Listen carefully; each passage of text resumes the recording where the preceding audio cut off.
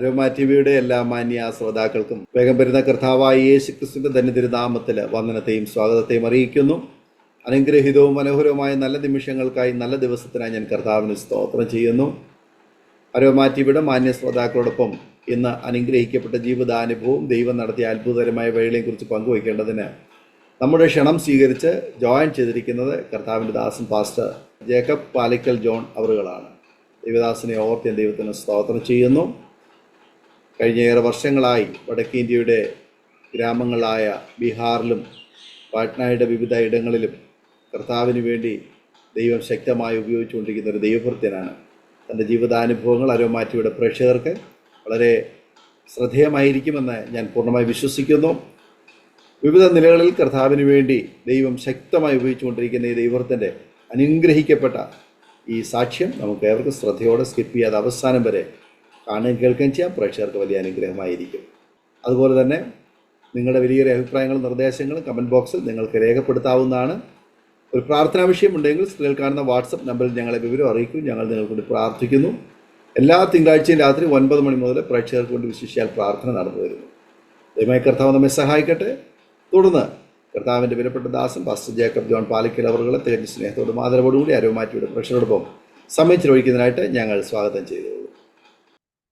ദൈവനാമത്തിന് മഹത്വം ഉണ്ടാകട്ടെ.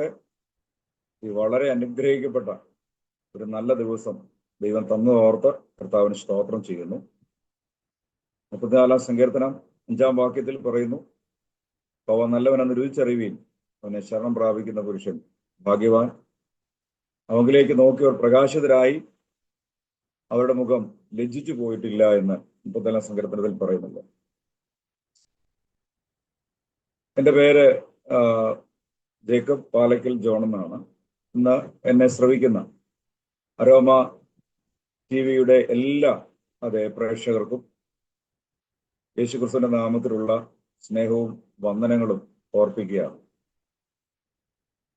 കർത്താവദാസൻ ദാനിയേൽ ജോൺ സാറിനെ ഓർത്ത് കർത്താവിന് സ്തോത്രം. അദ്ദേഹമായിട്ട് എനിക്ക് ഇതിനു മുമ്പ് പരിചയപ്പെടുവാനായിട്ടൊക്കെ കർത്താവ് സഹായിച്ചിട്ടുണ്ട്. ഓർത്ത് ഞാൻ കർത്താവിന് സ്തോത്രം ചെയ്യുന്നു. ഈ ഉദ്യമത്തെ കർത്താവ് അനുഗ്രഹിക്കട്ടെ എന്ന് ആത്മാർത്ഥമായിട്ട് പ്രാർത്ഥിക്കുകയാണ്. എനിക്ക് ഭാര്യയുണ്ട്, 3 കുഞ്ഞുങ്ങളുണ്ട്. ഞാനിപ്പോൾ ബീഹാറിൽ അതിൻ്റെ തലസ്ഥാനമായിരിക്കുന്ന പട്നയിലാണ് താമസിക്കുന്നത്. ഇവിടെ ദൈവത്തിന്റെ കൃപയാൽ കഴിഞ്ഞ 11 വർഷത്തിലധികമായി, 12 വർഷമാകുന്നു ഇവിടെ കർത്താവിന്റെ വേലയിലായിരിക്കാൻ കർത്താവ് ഭാഗ്യം തന്നു. ഇന്ന് വളരെ അനുഗ്രഹിക്കപ്പെട്ട ഒരു ചർച്ച് പട്ന എയർപോർട്ടിനടുത്ത് തിക്കോര എന്ന് പറയുന്ന സ്ഥലത്ത് ഞങ്ങൾക്കുണ്ട്. അവിടെ ദൈവത്തിന്റെ കൃപയാൽ ഇന്ന് 150-ലധികം ആളുകൾ ആരാധനയ്ക്കായിട്ട് കടന്നു വന്നുകൊണ്ടിരിക്കുന്നു. അനേക വിശ്വാസികളെ ദൈവം ഓരോ ദിവസങ്ങളിലും ഓരോ ദിവസങ്ങൾ തന്നുകൊണ്ടിരിക്കുന്നു. അനേകരെ കർത്താവിനെ അറിയുവാനും അനേകരെ രോഗസൗഖ്യം പ്രാപിപ്പാനും വലിയ ദൈവപ്രവൃത്തി കാണുവാനൊക്കെ കർത്താവ് സഹായിച്ചുകൊണ്ടിരിക്കുന്നു. റാമ മിനിസ്ട്രീസ് എന്നാണ് ഞങ്ങളുടെ മിനിസ്ട്രിയുടെ പേര്. ഞാൻ കോട്ടയം എന്ന ഡിസ്ട്രിക്റ്റിലെ തോട്ടയ്ക്കാട് എന്ന് പറയുന്ന സ്ഥലത്ത് ജനിച്ചു വളർന്നു. അവിടുത്തെ ഗ്രാമാന്തരീക്ഷത്തില് ഒരു കൊച്ചു ഭവനത്തില് ഒരു സാധാരണക്കാരന്റെ വീട്ടിൽ ആണ് എനിക്ക് ജനിച്ചു വളർന്ന ഇടയായത്. പക്ഷേ എനിക്കുണ്ടായ ഏറ്റവും വലിയ ഭാഗ്യം എന്ന് പറയുന്നത് ഞാനൊരു പെന്തക്കോസ്ത് ഭവനത്തിൽ തന്നെ ജനിച്ചു വളർന്നു എന്നുള്ളതാണ്. ഒരു ക്രിസ്തീയ കുടുംബത്തിൽ എന്ന് പറയുന്നതിനേക്കാൾ ഉപരിയായി പെന്തക്കോസ്ത് അനുഭവമുള്ള ഒരു വല്യപ്പച്ചന്റെയും വല്യമ്മച്ചിയുടെയും കൊച്ചുമകനായിട്ടും ദൈവത്തെ അറിയുകയും ദൈവത്തെ സ്നേഹിക്കുകയും ഒക്കെ ചെയ്യുന്ന ഒരു മാതാപിതാക്കളുടെ മൂത്ത മകനായിട്ടും ജനിക്കുവാൻ കർത്താവ് എനിക്ക് ഭാഗ്യം തന്നു. ദൈവത്തിന്റെ കൃപയെന്ന് പറയട്ടെ, എൻ്റെ 2 സഹോദരന്മാരുണ്ട്. അവര് പാസ്റ്റർമാരല്ല, ബൈബിൾ സ്കൂളിലൊന്നും പഠിച്ചിട്ടില്ല. പക്ഷേ കർത്താവിന് വേണ്ടി പ്രവർത്തിക്കുന്ന 2 സഹോദരന്മാരാണ്. അവരുടെയും പ്രവർത്തനങ്ങളെ ദൈവം വളരെ ശക്തമായിട്ട് മുമ്പോട്ട് കൊണ്ടുപോയിക്കൊണ്ടിരിക്കുന്നു. ജീസസ് ഹീൽസ് മിനിസ്ട്രീസ് എന്ന പേരിൽ അവർക്കൊരു ചെറിയ പ്രവർത്തനമുണ്ട്. പക്ഷെ അത് വളരെയധികം കർത്താവിന് വേണ്ടി ഇന്ന് പ്രവർത്തിക്കുന്ന ഒരു പ്രവർത്തനമായിട്ട് കർത്താവ് മാറ്റിക്കൊണ്ടിരിക്കുന്നു. അപ്പൊ അങ്ങനെയൊക്കെയുള്ള ഒരു ബാക്ക്ഗ്രൗണ്ടിൽ നിന്നാണ് എനിക്കിവിടെ കർത്താവിനെ സ്നേഹിക്കുവാനും കർത്താവിന്റെ വേലയിലായിരിക്കാനൊക്കെ ഭാഗ്യം തന്നത്. ഞാൻ പലപ്പോഴും ഓർത്തിട്ടുണ്ട്, ഇങ്ങനെയൊക്കെ ഞാൻ ആയിത്തീരാനായിട്ട് ഒരു സാധ്യതയില്ലാത്തൊരു മേഖലയിൽ നിന്നാണ് ദൈവം എന്നെ ഇവിടേക്ക് കൊണ്ടുവന്നത്. എന്ന് പറഞ്ഞാൽ എൻ്റെ ഭവനം ഒരു പെന്തക്കോസ്ത് ഭവനമാണ്. വളരെ സ്ട്രിക്റ്റ് ആയിട്ടുള്ള ഒരു ഫാമിലി ആയിരുന്നു. സന്ധ്യയ്ക്ക് പ്രാർത്ഥന, രാവിലെ 4 മണി കഴിയുമ്പോൾ എണീക്കണം, പ്രാർത്ഥിക്കണം.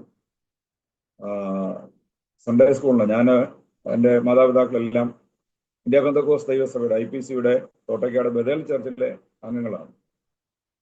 കഴിഞ്ഞ 50-ലധികം വർഷങ്ങളായിട്ട് ഏതാണ്ട് 60 വർഷത്തോളം ആകുന്നു എന്നാണ് ചരിത്രം. ഞാൻ ജനിക്കുന്നതിന് മുമ്പ് തന്നെ അവര് ആ ചർച്ചിലെ അംഗങ്ങളായിരുന്നു. ഞാനും അവിടെ തന്നെയാണ് ജനിച്ചതും വളർന്നതും സൺഡേ സ്കൂളിൽ പഠിച്ചതും PYPAയുടെ അംഗമായിരുന്നതും ആദ്യമായിട്ട് കർത്തമേശ എടുത്തതും സ്നാനപ്പെട്ടതൊക്കെ അവിടെയാണ്.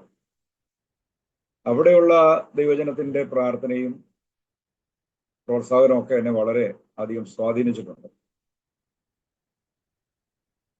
ഞാൻ 10ാം ക്ലാസ് പഠിത്തമൊക്കെ കഴിഞ്ഞ് ഞാൻ പഠിക്കാൻ പോയത് ഇലക്ട്രോണിക്സ് ആണ്. TV, radio, mechanism. ഇലക്ട്രോണിക്സ് എന്ന് പറഞ്ഞാൽ റേഡിയോ ആൻഡ് TV മെക്കാനിസം ആണ്. അതിന്റെ കൂട്ടത്തില് ഈ കുറെ IT വർക്കുകൾ പോലെയുള്ള എന്ന് പറഞ്ഞാൽ ഫാന്, വാഷിംഗ് മെഷീനുകള്, അങ്ങനെയൊക്കെയുള്ള നമുക്ക് ജോലി ചെയ്താൽ കുറച്ച് പണം സമ്പാദിക്കാൻ പറ്റുന്ന കുറെ ജോലികൾ ചെയ്യാനായിട്ടുള്ളതാണ് ഞാൻ പഠിക്കാൻ വേണ്ടി പോയത്. എന്നാൽ അവിടെ ഒന്നും കർത്താവിനെ നിർത്തിയില്ല. ഞാനൊരു സ്ഥാപനത്തിൽ കോട്ടയത്ത് ജോലി ചെയ്തു, കുറെ നാളുകൾ ജോലി ചെയ്തു. ആ സ്ഥാപനം തന്നെ അടച്ചു പൂട്ടേണ്ട ഒരു സാഹചര്യം ഉണ്ടായി. മീൻസ് അവിടെ ബിസിനസ് ഇല്ല, അവിടെ അവരുദ്ദേശിക്കുന്ന പോലുള്ള ബിസിനസ് കാര്യങ്ങളൊന്നും അവിടെ നടക്കാതെ വന്നു. അപ്പൊ പിന്നെ എൻ്റെ കാര്യങ്ങളിലും വഴിമുട്ടി ഞാൻ എന്ത് ചെയ്യണമെന്ന് അറിയാൻ കഴിയാത്ത ഒരു സാഹചര്യത്തിലേക്ക് വരുവാനായിട്ടിടയായി. മറ്റേ ഇൻസിഡൻസുകളെല്ലാം അവിടെ ഇതിനിടയ്ക്ക് ഉണ്ടായി. അവിടുത്തെ മാനേജര് വന്നു തുറന്നു, അദ്ദേഹം പോകത്തേ ഉള്ളൂ. പക്ഷെ ബാക്കിയുള്ള കാര്യങ്ങൾ മുഴുവൻ സന്ധ്യ വരെ ഞാൻ അവിടെ ഇരിക്കണം. അവിടുത്തെ എല്ലാ കാര്യങ്ങളും ഞാൻ തന്നെ ചെയ്യണം. പക്ഷേ പല പ്രാവശ്യമായിട്ട് ലഭിക്കപ്പെടേണ്ട ശമ്പളം തരികയൊക്കെ ചെയ്യാതിരുന്നപ്പോൾ മാനസികമായിട്ട് ബുദ്ധിമുട്ടുണ്ടായി. അദ്ദേഹമായിട്ട് ഇന്നത്തെ ആ ഒരു അവസ്ഥയിൽ അദ്ദേഹമായിട്ട് ചെറിയ പുരസലുകളൊക്കെ ഉണ്ടായി. ഞാൻ ഇവിടെ നിന്ന് ജോലിയൊക്കെ കളഞ്ഞിട്ട് എൻ്റെ അതായിരിക്കുന്ന രീതിയിലേക്ക് ഞാൻ മാറാമെന്ന് കരുതി.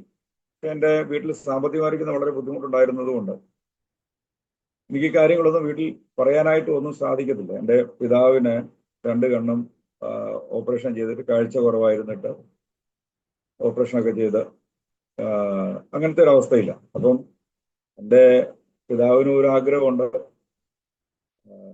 ഞങ്ങളെയൊക്കെ ഒന്ന് ഒരു സാമ്പത്തിക വരുമാനം ഉണ്ടാക്കുന്ന തരത്തിലേക്ക് കൊണ്ടുവന്നിട്ട് അദ്ദേഹം ഒന്ന് സന്തോഷിക്കാമെന്നൊക്കെ വിചാരിച്ചു. പക്ഷേ എൻ്റെ ജീവിതത്തിൽ നേരെ മറിച്ചാണ് സംഭവിച്ചുകൊണ്ടിരുന്നത്. പഠിപ്പിക്കാനൊന്നുമുള്ള സാമ്പത്തിക കാര്യങ്ങളൊന്നും ഞങ്ങളുടെ വീട്ടിൽ അന്ന് ഉണ്ടായിരുന്നില്ല. എൻ്റെ പിതാവിൻ്റെ പരിപാടി ഈ അന്നത്തെ കാലത്ത് മൈക്ക് സിസ്റ്റം ഓപ്പറേറ്റ് ചെയ്യുക, ഈ വാൽവ് സിസ്റ്റങ്ങളൊക്കെ തുടങ്ങി പണ്ടത്തെ മൈക്ക് സിസ്റ്റം ഓപ്പറേറ്റ് ചെയ്യുകയായിരുന്നു പരിപാടി. അപ്പൊ ഞങ്ങളുടെ അയലോക്കത്തുള്ള ഒരു മഠത്തിലെ ജോയിച്ചാരെന്ന് പറയും, അദ്ദേഹത്തിന്റെ മൈക്ക് സിസ്റ്റമാണ്. അപ്പോൾ അതിന്റെ ഓപ്പറേറ്ററാണ് എൻ്റെ പിതാവ്. അപ്പോൾ ഇലക്ട്രിക്കൽ പരമായിട്ട് കുറെ കാര്യങ്ങളൊക്കെ അദ്ദേഹത്തിന് അറിയാമായിരുന്നു. അങ്ങനെ അദ്ദേഹം പിന്നീട് ഈ മൈക്ക് സിസ്റ്റം എല്ലാം ജോയിച്ചാൽ വിറ്റ് കളഞ്ഞപ്പോൾ ഈ പ്ലംബിങ്, വയറിങ്, ഇലക്ട്രിക്കൽ ആയിട്ടുള്ള പല പരിപാടികളൊക്കെ കൊടുത്തിരുന്നു. അന്നത്തെ കാലത്ത് ഇന്നത്തെ പോലെ അല്ലല്ലോ, ജോലിയൊക്കെ വളരെ കുറവാണ്. അപ്പോൾ പഠനമെല്ലാം അങ്ങനെ മുടങ്ങിപ്പോയി. ഞാനും വിചാരിച്ചു നമ്മുടെയൊക്കെ ഗതി അധോഗതിയിലേക്ക് പോകും എന്ന് അത് ഇങ്ങനെ ചിന്തിച്ചുകൊണ്ടിരുന്നു. പക്ഷേ എൻ്റെ ജോലിയെല്ലാം പോയി, മാനസികമായിട്ട് വളരെ വിഷമത്തിലായി. അതെനിക്ക് ഒത്തിരി കൂട്ടുകാരുണ്ട്. ആ കൂട്ടുകാരുടെയൊക്കെ കൂടെ ഇങ്ങനെ ക്രിക്കറ്റ് കളിച്ചും, ഞങ്ങളുടെ ഇവിടെ ഒരു Navodaya arts and sports club എന്ന് പറയുന്നത് ഞങ്ങൾ തന്നെ ഒരു ക്ലബ്ബൊക്കെ ഉണ്ടാക്കി ഒരു റബ്ബറത്തോടത്തിൽ ക്രിക്കറ്റ് കളിക്കും. പിന്നെ കൂട്ടുകെട്ടല്ലേ, അപ്പൊ അതിൻ്റെതായിരിക്കുന്ന രീതിയിൽ അങ്ങനെയൊക്കെ ജീവിതം മുമ്പോട്ട് പോയി. അപ്പോ ഞാൻ വിചാരിച്ചു മിക്കവാറും ഒക്കെ നമ്മുടെ ജീവിതം അധോഗതിയിലാകും. അങ്ങനെ ഇരിക്കെ എൻ്റെ ഒരു കൂട്ടുകാരൻ വെള്ളത്തിൽ വീണ് മരിച്ചു. തോട്ടിലെ കുളിക്കാൻ ഇറങ്ങിയതാണ്. എൻ്റെ ഒരിക്കൽ രാവിലെ, ഞായറാഴ്ച രാവിലെ അദ്ദേഹം എൻ്റെ അടുത്ത് വന്നു. എൻ്റെ കയ്യിൽ നിന്ന് ഒരു കാസറ്റ് വാങ്ങിച്ചുകൊണ്ട് പോയി. ഞാൻ ആരാധന കഴിഞ്ഞ് തിരിച്ചു വരുമ്പോൾ അറിയുന്നു ഇങ്ങനെ സഹോദരൻ വെള്ളത്തിൽ പോയി മരണപ്പെട്ടു. അദ്ദേഹത്തിന്റെ ബോഡി കിട്ടി വെള്ളത്തിൽ നിന്ന്. പിന്നെ അതിന്റെ പുറകെയൊക്കെ ഞങ്ങൾക്ക് പോകേണ്ടതായിട്ടൊക്കെ വന്നു. അതോടെ ആ ക്ലബും കൂട്ടുകെട്ടും കാര്യങ്ങളെല്ലാം അവസാനിച്ചു. ആകപ്പാടെ ഉണ്ടായിരുന്ന എല്ലാ കൂട്ടുകെട്ടുകളൊക്കെ അവസാനിച്ചപ്പോൾ ഞാൻ വിചാരിച്ചു ഇനി മുമ്പോട്ട് പോകാനായിട്ട് വേറെ മാർഗങ്ങളൊന്നുമില്ല, എന്തെങ്കിലുമൊക്കെ തൊഴിൽ കണ്ടുപിടിക്കണം. വളരെ വിഷമത്തോടെയൊക്കെ ആയിരുന്നു. അങ്ങനെയൊക്കെ എൻ്റെ പിതാവിൻ്റെ ഇളയ സഹോദരൻ താന് അന്ന് വലിയ ആത്മീയമായിട്ടൊക്കെ നിൽക്കുന്ന ഒരു സമയം, ഇന്ന് അദ്ദേഹം ഭൂമിയിലില്ല. 2020 അദ്ദേഹം ലോകത്തോട് യാത്ര പറഞ്ഞു. തൻ്റെ 58-ാമത്തെ വയസ്സ്. എന്നാൽ തൻ്റെ ചെറിയ പ്രായത്തിൽ 20 ദിവസം വീട്ടിൽ പ്രാർത്ഥന നടക്കുകയാണ്, എൻ്റെ തറവാട്ട് വീട്ടിൽ. അപ്പോ എന്നെ പല പ്രാവശ്യം വിളിച്ചു, 20 ദിവസം ഉപവാസ പ്രാർത്ഥനയാ, വരണം, നീ വന്നിരിക്കണം, പ്രാർത്ഥിക്കണം എന്നൊക്കെ പറഞ്ഞു. പക്ഷെ എൻ്റെ ഉള്ളിൽ എല്ലാ പ്രത്യാശയും ഒക്കെ നഷ്ടപ്പെട്ട, ഇനി പ്രാർത്ഥിച്ചിട്ടൊന്നും വലിയ കാര്യമില്ല എന്നൊക്കെയുള്ളൊരു ചിന്തയിൽ ഇങ്ങനെ പോവുകയായിരുന്നു. അപ്പൊ ഞാനൊരു ദിവസം ചിന്തിച്ചു കോട്ടയത്ത് വരെ പോകാം. അപ്പൊ പെന്തക്കോസ്ത് ഭവനം ആയതുകൊണ്ട് ഈ എന്തിനാ പോകുന്നത്, എവിടെയാ പോകുന്നതെന്നൊന്നും പറയാൻ പറ്റത്തില്ല. പറഞ്ഞാൽ അന്ന് മിക്കവാറും ഒക്കെ കലഹങ്ങളുണ്ടാകും. അതുകൊണ്ട് ഞാൻ വിചാരിച്ചു പോയൊരു സിനിമ കണ്ടാൽ ഏകദേശമൊക്കെ ഒരു സന്തോഷം കിട്ടുമല്ലോ എന്നൊക്കെ വിചാരിച്ചു. അങ്ങനെ ഞാൻ കോട്ടയത്തുള്ള അനുപമ തിയേറ്ററിന്റെ അടുത്തേക്ക് നടന്നു പോകുമ്പോൾ ഒരു ചെറുപ്പക്കാരനായിരിക്കുന്ന മനുഷ്യൻ എന്നെ കണ്ടു. വെള്ള ഷർട്ടും നീല പാൻറ്റും ഒക്കെ ഇട്ട് അദ്ദേഹം എന്നെ വിളിച്ചു. ഞാൻ അദ്ദേഹത്തിന്റെ അടുത്ത് ചെന്നു. അദ്ദേഹം എന്നോട്, തൻ്റെ കയ്യിൽ ഒരു പുതിയ നിയമമൊക്കെ ഉണ്ട്, നീല കളറുള്ള പുതിയ നിയമമൊക്കെ കയ്യിലുണ്ട്. അദ്ദേഹം എന്നെ വിളിച്ചു, എന്നോട് കുറെ കാര്യങ്ങളൊക്കെ പറഞ്ഞു. ഞാൻ ഒരു പെന്തക്കോസ്തുകാരനായതുകൊണ്ട് സുവിശേഷമൊന്നും ഒത്തിരി എന്നോട് പറയേണ്ട കാര്യമില്ലല്ലോ. കാരണം 10ാം ക്ലാസ് വരെ ഞാൻ IPCയുടെ സൺഡേ സ്കൂൾ പഠിച്ചു. 10-11 ക്ലാസ് വരെ പഠിച്ചു. വേദപുസ്തകം എനിക്ക് അത്യാവശ്യം അറിയാം, പ്രാർത്ഥിക്കാൻ അറിയാം, വേറെ അവിടെ സുവിശേഷം പറയണമെങ്കിലും അറിയാം, പ്രസംഗിക്കണമെങ്കിലും അറിയാം. ഞാൻ ഇതിങ്ങനെ തലകൊണ്ട് കേട്ടു. എന്നോട് കർത്താവിന്റെ വേലയ്ക്ക് വേണ്ടി തിരിക്കണം എന്നൊക്കെ പറഞ്ഞ് ഞാനങ്ങ് ഏറ്റെടുത്ത പോലൊക്കെ കാണിച്ചിട്ട് ഞാൻ നോക്കിയപ്പോൾ സമയം പോയി. അതുകൊണ്ട് എനിക്ക് അന്ന് സിനിമ കാണാൻ പറ്റില്ല. ഞാൻ തിരിച്ചു പോന്നു. ഞാൻ തിരിച്ച് വന്ന് ഞങ്ങളുടെ അവിടെ ഒരു തോട്ടില് കുളിക്കാൻ വേണ്ടിയിട്ട് ചെന്നപ്പോൾ ഒരു 5 മണിയൊക്കെ കഴിഞ്ഞതേ ഉള്ളൂ. അപ്പൊ ഞങ്ങളുടെ തൊട്ട് അയലോക്കത്തുള്ള ഒരു നായർ വിഭാഗത്തിൽപ്പെട്ട ഹിന്ദു ആയിരിക്കുന്ന ഒരു സഹോദരൻ എൻ്റെ അടുക്കൽ വന്നിട്ട് ചോദിച്ചടോ, തൻ്റെ കൊച്ചച്ഛൻ അവിടെ ഉപവാസം ഇരിക്കുകയല്ലേ, പ്രാർത്ഥനയൊക്കെ നടക്കുക എന്ന് ചോദിച്ചു, താൻ പോകുന്നില്ലേ എന്ന് ചോദിച്ചു.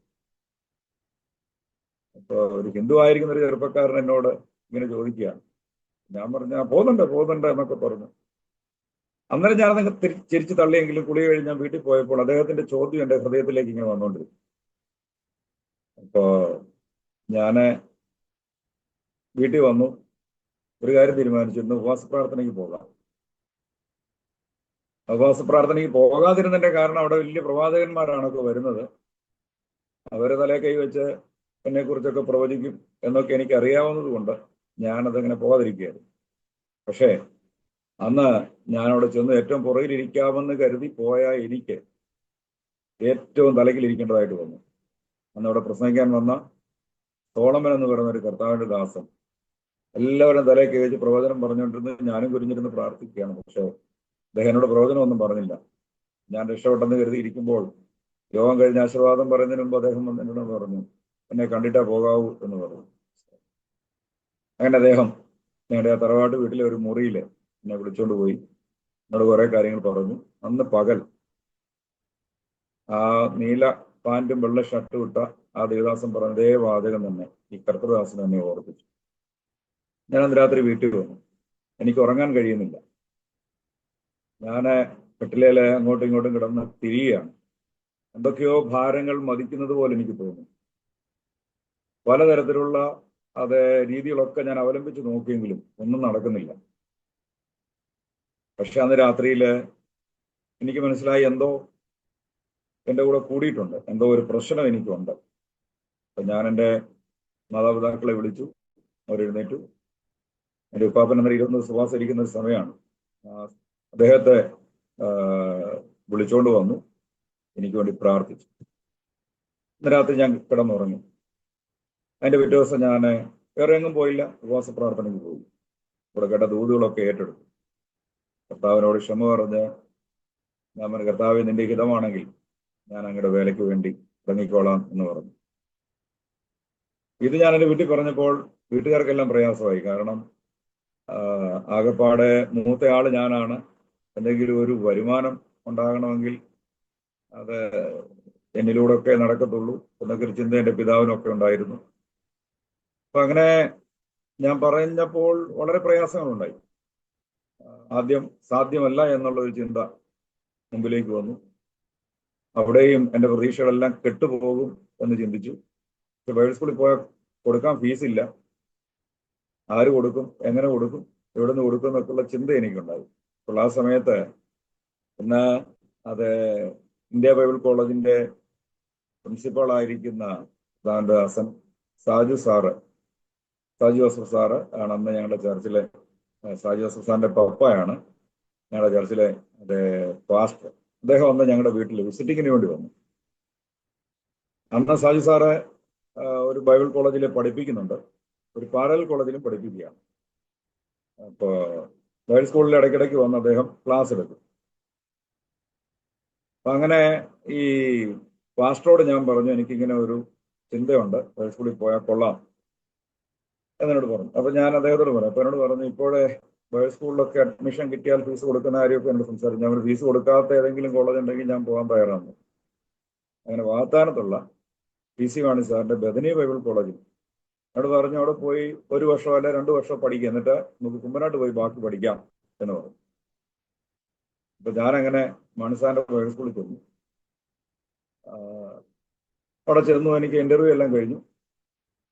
ഇന്റർവ്യൂ കഴിഞ്ഞ് അദ്ദേഹം എന്നോട് അടുത്ത തിങ്കളാഴ്ച തൊട്ട് ജോയിൻ ചെയ്തോളാൻ പറഞ്ഞു. ഞാൻ മുടിയൊക്കെ ഇങ്ങനെ നീട്ടി വളർത്തിയ ഒരു കോലത്തിലായിരുന്നു. അദ്ദേഹം എന്നോട് ചോദിച്ചു, വേറെ ഇന്റർവ്യൂ ഒന്നും ചെയ്തില്ല, മുടി വെട്ടി മീശയൊക്കെ പഠിക്കാമെന്ന് ചോദിച്ചതോളൂ. ഞാൻ പറഞ്ഞു, ഇവിടുത്തെ നിയമമാണെങ്കിൽ ഞാനത് ചെയ്തോളാം എന്ന് പറഞ്ഞു. ഏതായാലും ഉള്ള ഇന്റർവ്യൂ ഒക്കെ അദ്ദേഹത്തിന് എന്നോട് എന്തോ ഒരു താല്പര്യം തോന്നുന്നു, പാസ്സായി. അദ്ദേഹത്തിനൊപ്പം പല ശുശ്രൂഷകളൊക്കെ പങ്കെടുക്കാനായിട്ട് അവസരം കർത്താവ് എനിക്ക് തന്നു. അദ്ദേഹം 2002 ഈ ലോകം വിട്ട് യാത്രയായി. വലിയൊരു അപകടത്തിൽ അദ്ദേഹത്തെ ഞാനിന്ന് ഓർക്കുന്നു. അദ്ദേഹത്തിന്റെ ബൈബിൾ സ്കൂളിൽ എനിക്ക് ഫ്രീ ആയിട്ട് പഠിക്കുവാനായിട്ട് ഇടയായി. 1 വർഷം പഠിക്കാമെന്ന് വിചാരിച്ചു പോയ ഞാൻ സാറിന്റെ നിർബന്ധത്താൽ അവിടെ 4 വർഷം മലയാളത്തിൽ പഠിക്കേണ്ടതായിട്ട് വന്നു. അപ്പോൾ എനിക്ക് വേറെ ഭാഷ അറിയത്തില്ല. വലിയ ഉന്നതമായിരിക്കുന്ന വിദ്യാഭ്യാസമൊന്നും ഇല്ലാത്തതുകൊണ്ട് ഇംഗ്ലീഷിൽ ABCD തെറ്റാതെ എഴുതാൻ അറിയാം എന്നുള്ളതല്ലാതെ മറ്റൊരു യോഗ്യതയും ഇല്ലായിരുന്നു. പിന്നെ അവിടെ ചെന്ന് കഴിഞ്ഞപ്പോൾ കുറേയൊക്കെ ഇംഗ്ലീഷും ഹിന്ദിയൊക്കെ ഉണ്ടല്ലോ. അപ്പോൾ ഈ ഹിന്ദിയൊക്കെ കേൾക്കുന്നത് എനിക്കന്ന് കണക്കായിരുന്നു. കാരണം ഇതിൻ്റെ ഒന്നും ആവശ്യമില്ല എന്നൊരു ചിന്തയായിരുന്നു. ഏതായാലും കൊള്ളാം. ഞാനൊരു സുവിശേഷകനായിട്ട് വലിയ ആളായിട്ടൊന്നും പോകാനായിട്ട് വേണ്ടി ആഗ്രഹിച്ചില്ല. ഒരു സാധാരണ രീതിയിൽ ഇങ്ങനെ പോകാം എന്നൊക്കെയുള്ള ചിന്തയിലായിരുന്നു ഞാൻ പോയത്. ഏതായാലും കൊള്ളാം, അവിടെ ചെന്നു. ഇംഗ്ലീഷിൽ ഈസും പാസും ആറും വേറും വൈയും ദേയും ഒക്കെ പഠിച്ചു. ഹൗ ഓൾഡ് ആർ യു എന്നോ അല്ലെ ഹൗ ആർ യു എന്നൊക്കെ ചോദിക്കാൻ പഠിച്ചു. അതൊക്കെ അവിടെ നമുക്ക് കിട്ടുന്ന പ്രാഥമികമായിരിക്കുന്ന വിദ്യാഭ്യാസം. കർത്താവിന്റെ ദാസന്മാര് KC ഫിലിപ്പോസ് കുളക്കട, OP ഷാജു ഇന്ന് അമേരിക്കയിലാണ്. അതുപോലെ കർത്താവിന്റെ ദാസന്മാർ ഷാജി മർക്കോസ്, എന്ന നിത്യതയിൽ വിശ്രമിക്കുന്ന പാസ്റ്റർ ഷാമുവേൽ, ചർച്ചകളുടെ ഒരു സീനിയർ പാസ്റ്റർ ആയിരുന്നു. അതുപോലെ ഇന്ന് IPCയുടെ ഫിലദൽഫിയയിലെ, കോട്ടയം കഞ്ഞിക്കുഴി ഫിലദൽഫിയയിൽ പാസ്റ്റർ ആയിരിക്കുന്ന മോൻസി പി മാത്യു, ഇവരൊക്കെയായിരുന്നു എൻ്റെ അധ്യാപകർ. അതുപോലെ ഒരു മാത്യു സാറ്, അവരൊക്കെയായിരുന്നു എൻ്റെ അധ്യാപകർ. വളരെ സുന്ദരമായിരിക്കുന്ന ക്ലാസ്സുകൾ. ഇന്നും കെ.സി. ഫിലിപ്പോസ് സാറിന്റെ തിയോളജിയും ഒ.പി. ഷാജി സാറിന്റെ ക്ലാസ്സിലൊക്കെ മറക്കാതെ ഓർക്കുന്നുണ്ട്. അവരുടെയൊക്കെ ശുശ്രൂഷകളെ ഓർത്ത് ഞാൻ ദൈവത്തിന് സ്തോത്രം ചെയ്യുന്നു. ഫിലിപ്പോസ് സാറിന് ഇന്ന് 92 വയസ്സുണ്ട്. ഞാൻ നാട്ടിൽ ചെല്ലുമ്പോഴൊക്കെ അദ്ദേഹത്തെ കാണാൻ പോകാറുണ്ട്. വളരെ അനുഗ്രഹിക്കപ്പെട്ട, കർത്താവിന് വേണ്ടി തീക്ഷ്ണതയോടെ നിൽക്കുന്ന ദേവദാസന്മാർ അവരെ കോർത്തു പോയതുകൊണ്ട് പറഞ്ഞതാണ്. അങ്ങനെ അവരോടൊക്കെ പഠിക്കുവാനായിട്ട്, അവരുടെയൊക്കെ ശിഷ്യനായിരിക്കുവാൻ കർത്താവ് എനിക്ക് ഭാഗ്യം തന്നു.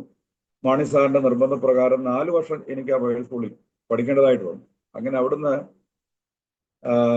BTH ഒക്കെ പഠിച്ച് പാസ്സായി. മലയാളത്തിലാണ്. അവിടെ ഞാൻ പഞ്ചാബിലേക്ക് യാത്രയായി. ഇന്ത്യ ഗോസ്ബൽ ഔട്ട്റീച്ചിൽ വത്സൻ ചായന്റെ ടീമില് ആദ്യം കപൂർത്തലയായിരുന്നു ദാസൻ. പാസ്റ്റർ കെ മാത്യുവാണ് എന്നെ അവിടെ കൊണ്ടുപോയത്. അതിനുശേഷമായിട്ട് പാസ്റ്റർ കെ കോശിയുടെ കൂടെ അദ്ദേഹത്തിന്റെ അസിസ്റ്റന്റായിട്ട് എനിക്ക് കുറച്ചാള് വർക്ക് ചെയ്യേണ്ടൊക്കെ ഇടയാ. ആ സമയത്ത് എന്റെ കല്യാണമൊക്കെ നടക്കുന്നു. കല്യാണം നടന്ന് കുറച്ചാളെ പിന്നെ എനിക്ക് അവിടെ നിൽക്കാനായിട്ട് സാധിച്ചുള്ളൂ. കാരണം വൈഫിന് മീസിൽസ് പോലെ ശരീരത്തിലുണ്ടായി. പിന്നെ പുള്ളിക്കാർ പ്രഗ്നന്റ് ആകുക, ആദ്യത്തെ മോനെ പ്രഗ്നന്റ് ആകുകയൊക്കെ ചെയ്തത് മൂലം അവരുടെയൊക്കെ നിർദ്ദേശപ്രകാരം പിന്നെ എനിക്ക് നാട്ടിലേക്ക് പോരേണ്ടതായിട്ട് വന്നു. അങ്ങനെ നാട്ടിലേക്ക് ഞാൻ പോരുകയായിരുന്നു. അങ്ങനെ എൻ്റെ സുവിശേഷ പ്രവർത്തനം ആരംഭിച്ചത് പഞ്ചാബിൽ കപൂർത്തലയിലും ലുധിയാനയിലും ഒക്കെ ആയിട്ടാണ്. കപൂർത്തല ഞാൻ ചെല്ലുമ്പോൾ ഞാനന്ന് ഉപേക്ഷിച്ച, അല്ലെങ്കിൽ എനിക്ക് വേണ്ടെന്ന് വെച്ച ഹിന്ദിയൊക്കെ അവർ പറയുന്നത് കേട്ടപ്പോൾ അന്ന് ചിന്തിച്ചു, കർത്താവേ, അന്ന് അവർ പറഞ്ഞതൊക്കെ നമ്മളൊന്ന് പഠിച്ചാൽ മതിയായിരുന്നു, ഇന്ന് എന്തെങ്കിലുമൊക്കെ പറയാമായിരുന്നു.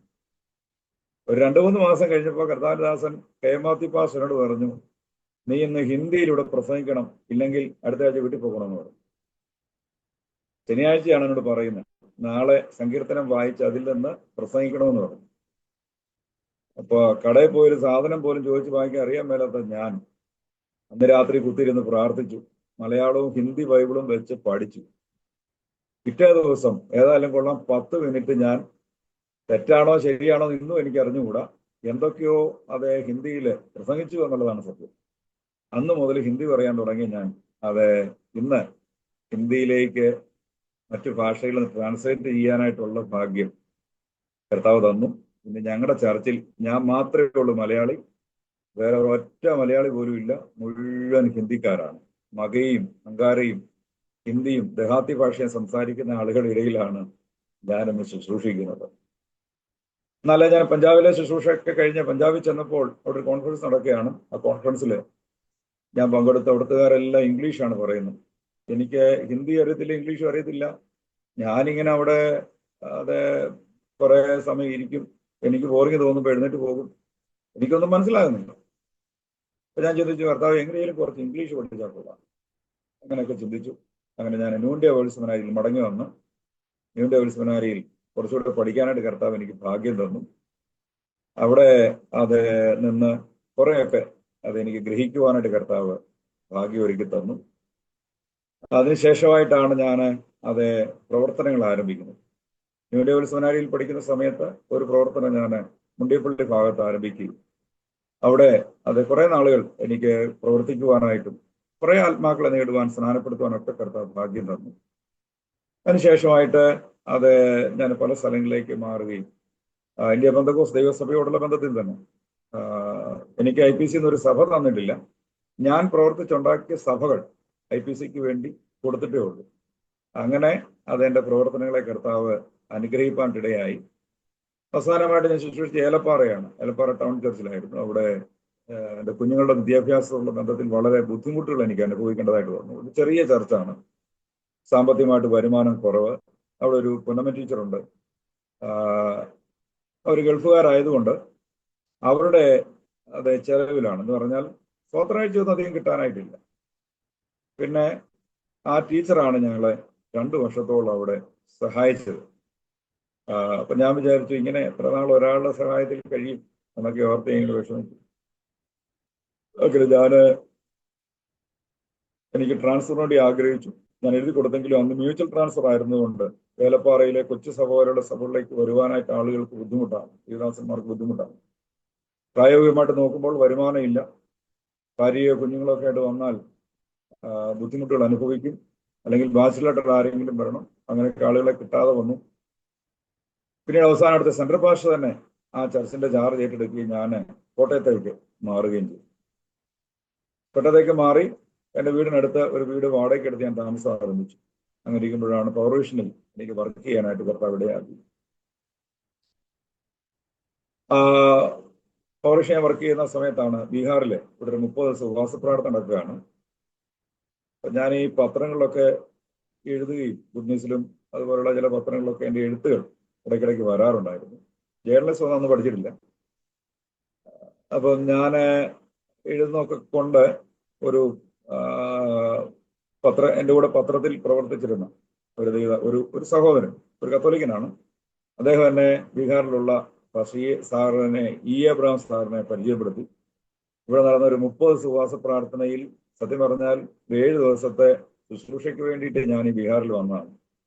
ഇത് വന്നു കഴിഞ്ഞപ്പോൾ എബ്രഹാം സാർ എന്നോട് പറഞ്ഞു, പാസ്റ്ററെ പോലെ ഒരാളിനെ എനിക്കിവിടെ ആവശ്യമാണ്.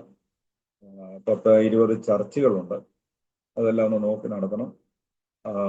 ഇവിടുത്തെ എൻ്റെ പട്നയിലെ ചർച്ചിലെ ഒരു പാസ്റ്ററിനെ ആവശ്യമുണ്ട്, അപ്പം വരാമോ എന്ന് ചോദിച്ചു. അപ്പോൾ എനിക്ക് അന്നേരം ചർച്ചിന്റെ ചാർജ് ഇല്ല. ഞാൻ പറഞ്ഞു ഞാനിപ്പോൾ IPCയിലെ ഒരു പാസ്റ്ററാണ്, അപ്പൊ അങ്ങനെ പെട്ടെന്നൊന്നും എനിക്ക് വരാനായിട്ട് പറ്റുമെന്ന് തോന്നുന്നില്ല. അടുത്ത വർഷം ഞാൻ ചിന്തിച്ചാൽ IPCയിലോട്ട് ഒരു പാസ്റ്ററായിട്ട് തന്നെ എവിടെയെങ്കിലും ഒരു ചർച്ചിലേക്ക് മാറണമെന്ന് ചിന്തിക്കുന്നു എന്നൊക്കെ പറഞ്ഞ് ഞാൻ നാട്ടിൽ പോയി. പക്ഷെ അദ്ദേഹം എന്നെ വിട്ടില്ല.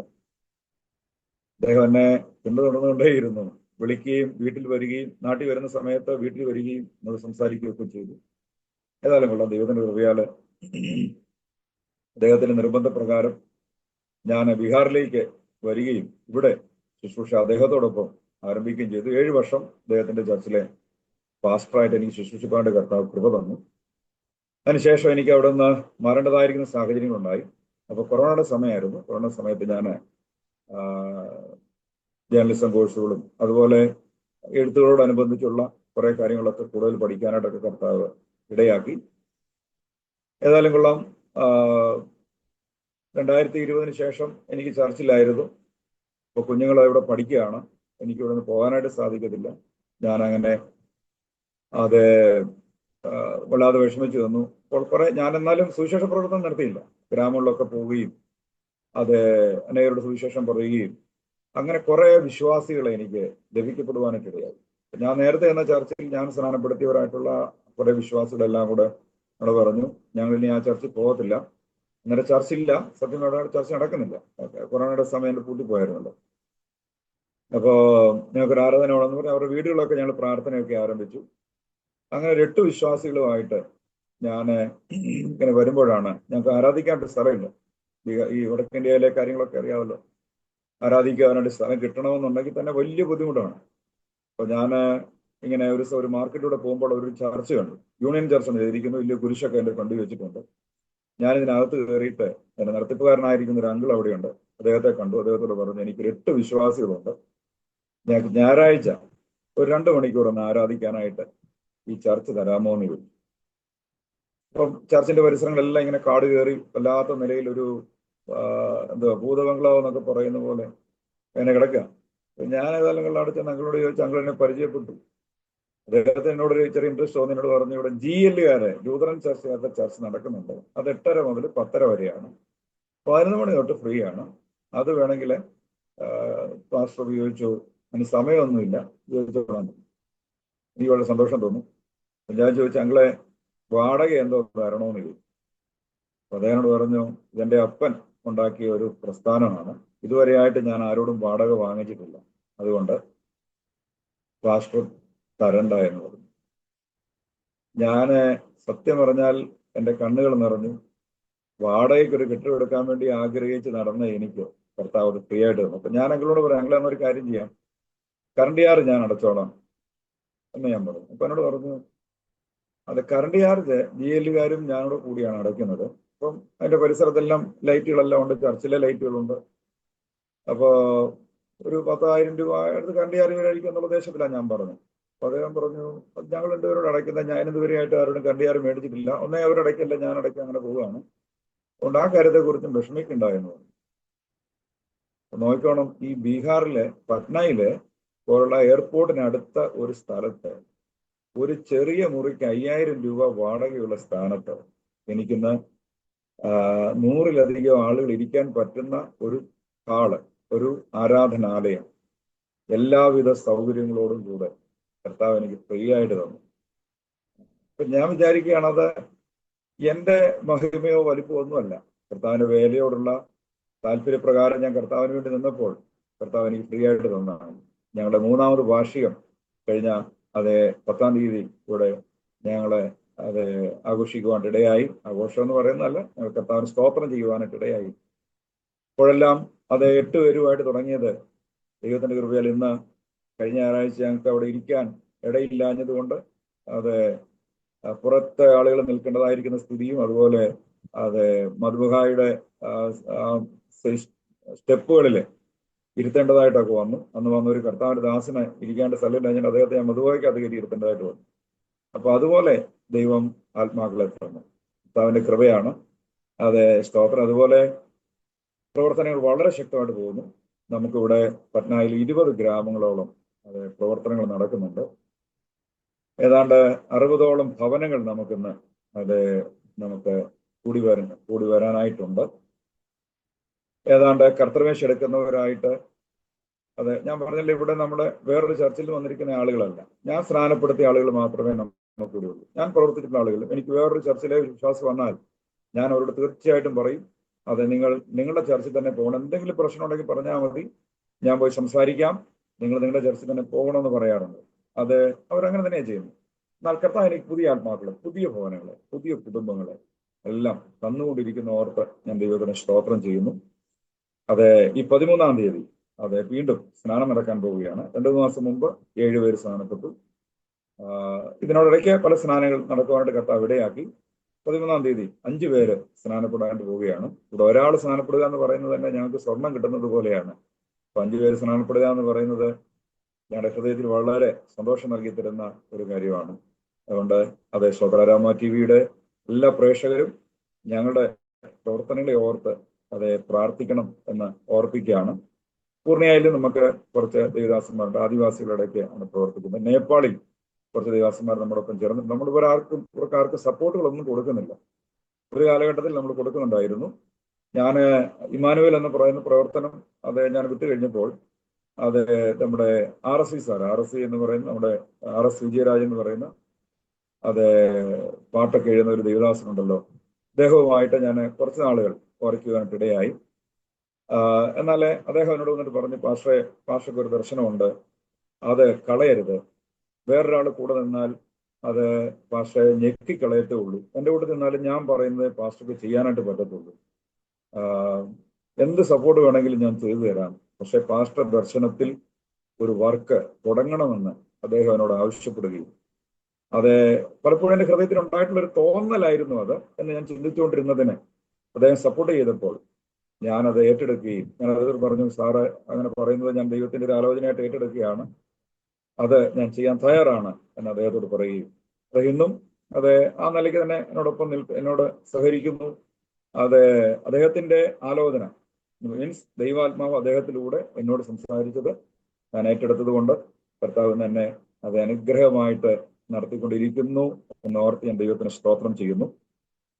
അതുപോലെ അനേക സ്ഥലങ്ങളിൽ, അനേക വ്യത്യസ്തങ്ങളായിരിക്കുന്ന ഇടങ്ങളിൽ പ്രവർത്തിക്കുവാണ്ട് കർത്താവ് ഭാഗ്യം തന്നു. മീൻസ് ഗുഡ് ന്യൂസിന്റെ ബീഹാർ ചാപ്റ്ററിന്റെ പ്രസിഡന്റാണ് ഞാൻ.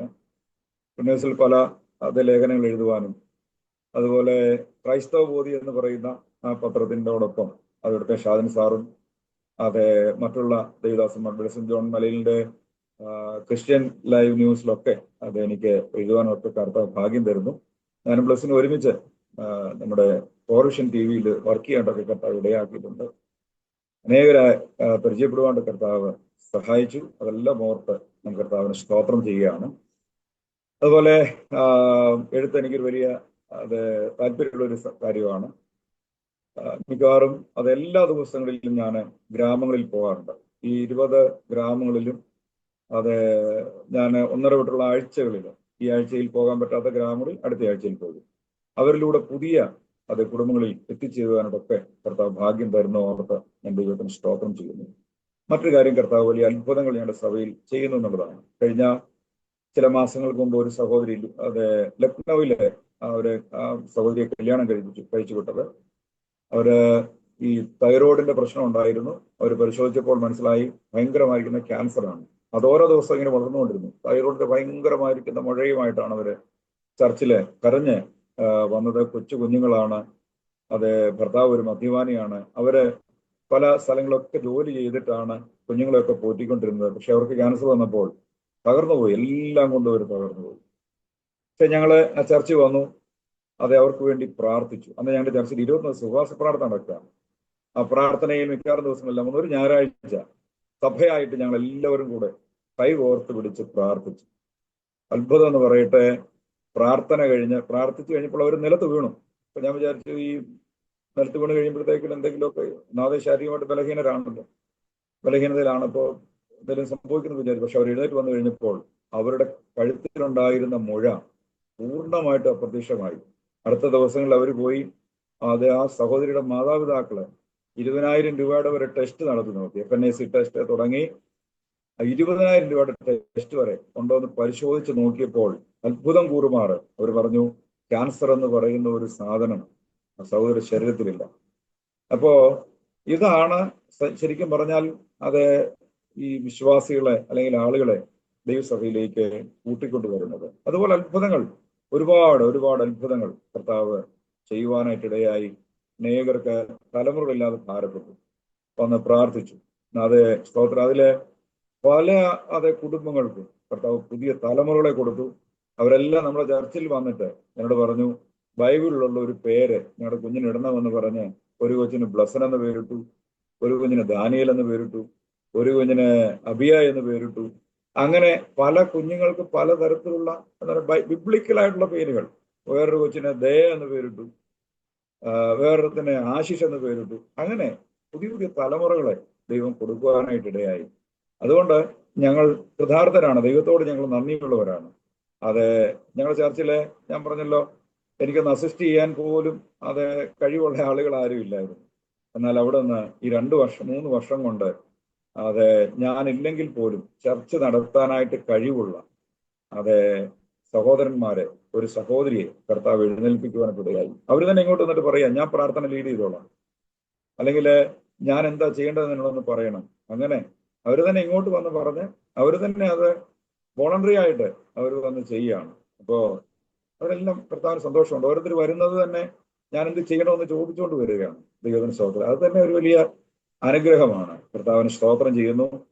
അത് പലതരത്തിലുള്ളതായിരിക്കുന്ന പ്രയാസങ്ങളൊക്കെ ഉണ്ടായിരുന്നെങ്കിലും അതിനെല്ലാം അതിജീവിക്കാൻ കർത്താവ് ഇടയാണ്. അപ്പൊ ഞാൻ വിചാരിച്ചു, കർത്താവ് ഈ ചർച്ചിനകത്ത് നമ്മുടെ സാധനങ്ങൾ ഒക്കെ നമ്മളിങ്ങനെ വെച്ചുകൊണ്ടിരിക്കുകയാണ്. ചെറിയൊരു മൈക്ക് സിസ്റ്റമാണ്. ഇപ്പോൾ ഞങ്ങളൊരു ഇപ്പോഴത്തെ പ്രശ്നം എന്ന് ചോദിച്ചാൽ, ഞങ്ങളൊരു ചെറിയ നമ്മുടെ ഈ UPS പോലുള്ള ഒരു മൈക്ക് സിസ്റ്റമാണ് ഞങ്ങളിപ്പോൾ വെച്ചുകൊണ്ടിരിക്കുന്നത്. ഇപ്പോഴത്തെ പ്രശ്നം ആള് കൂടിയതുകൊണ്ട് ഈ സൗണ്ട് പോരാ എന്നുള്ളൊരു പ്രശ്നം ഇപ്പോൾ ഉണ്ടായിട്ടുണ്ട്. കാരണം പുറത്ത് നിൽക്കുന്നവർക്കൊന്നും കേൾക്കാൻ സാധിക്കുന്നില്ല. അപ്പോൾ ഒരു മൈക്ക് സിസ്റ്റം വാങ്ങിക്കാൻ വേണ്ടിയൊക്കെ ഞങ്ങൾ ആഗ്രഹിക്കുന്നു. ഞങ്ങൾക്ക് ചോദിച്ചപ്പോൾ 1 ലക്ഷം രൂപ കൊണ്ടാകുമെന്ന് പറഞ്ഞു. അപ്പോൾ അതിനുവേണ്ടിയൊക്കെ ഞങ്ങൾ പ്രാർത്ഥിക്കുകയാണ്. അപ്പോൾ നോക്കണം,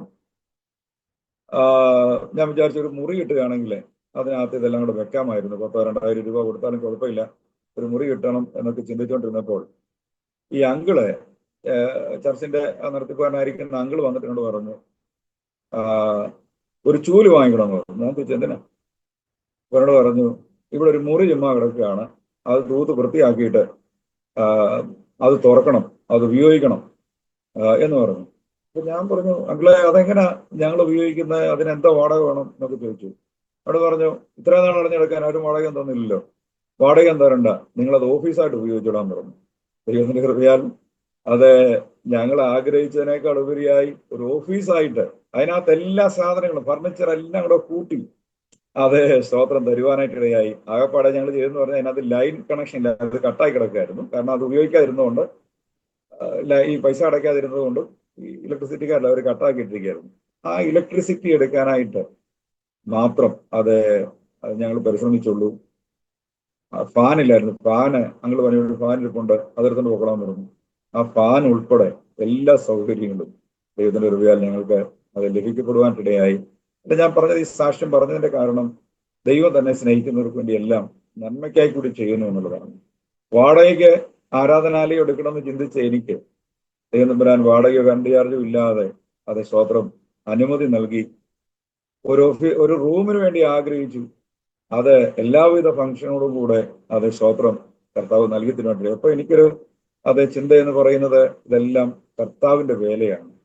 കർത്താവ് ചെയ്യാൻ വേണ്ടി ആഗ്രഹിക്കുന്നു എന്നുള്ളതാണ്. എന്നാൽ ഇതെല്ലാം സന്തോഷത്തിന്റെ കാര്യങ്ങളാണെങ്കിലും ജീവിതത്തിൽ ഒരുപാട് പ്രതികൂലങ്ങളെ ഞങ്ങൾക്ക് അഭിമുഖീകരിക്കേണ്ടതായിട്ട് വന്നിട്ടുണ്ട്.